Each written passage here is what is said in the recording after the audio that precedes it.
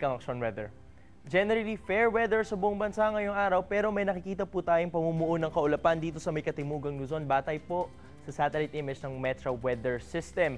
Zoom in po muna tayo dito sa may Timog Luzon. Makikita natin na makulimlim po sa buong Bicol region at may pag-ambon pa nga lalong-lalo na po sa may Camarines Norte. Asahan nyo na pong ganyan ang magiging lagay ng panahon sa buong araw. Ang matinding ulan po ngayong araw batay sa ating metra ay ang Mindanao. Partikular na po itong Cotabato, General Santos at maging po ang Zamboanga Peninsula. Pero mga bandang alas 4 hanggang alas 5 pa naman ito maaaring dumating. Aabot po ng hanggang 10 mm per hour ang tubig ulan dyan.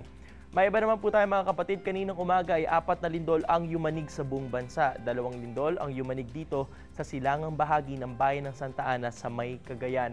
Ang una ay magnitude 4.6, bandang 12:38 ng madaling araw, sinundan naman po ito ng magnitude 3.4. Matapos ang isang oras, wala pong aftershocks o naitalang nasaktan sa mga lindol dito. Matapos ito ay nagkaroon muli ng lindol sa silangan ng Palapag sa Northern Samar. Bandang 3:40 po na madaling araw, magnitude 3.3 naman ang naitalang lindol rito. At bandang 6:50 naman nitong umaga ay niyanig ng magnitude 5.0 na lindol ang kanluran ng Sarangani. Naramdaman sa General Santos City ang intensity 3 ng lindol. Wala pa pong naiulat na nasaktan o nasirang ari-arian sa mga lugar ng dilindol ngayong umaga. Manatiling makatutok po dito sa Action TV para sa pinakahuling weather updates at iba pang impormasyong higit pa sa panahon.